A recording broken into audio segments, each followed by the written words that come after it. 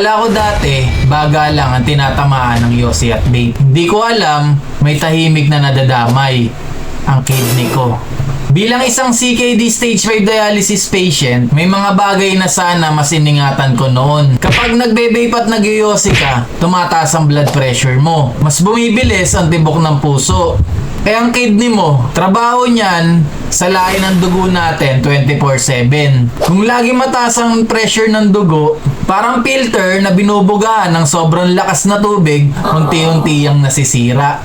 Ito ang tatlong dahilan kung bakit delikado.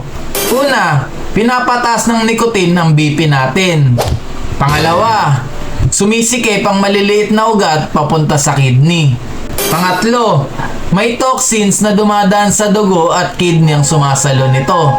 Hindi ko sinasabi na ito lang ang dahilan ng pagkasira ng kidney. Pero kung may kaya kang iwasan habang maaga, gawin mo na.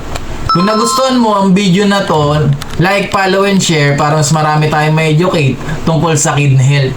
Salamat mga kalakas!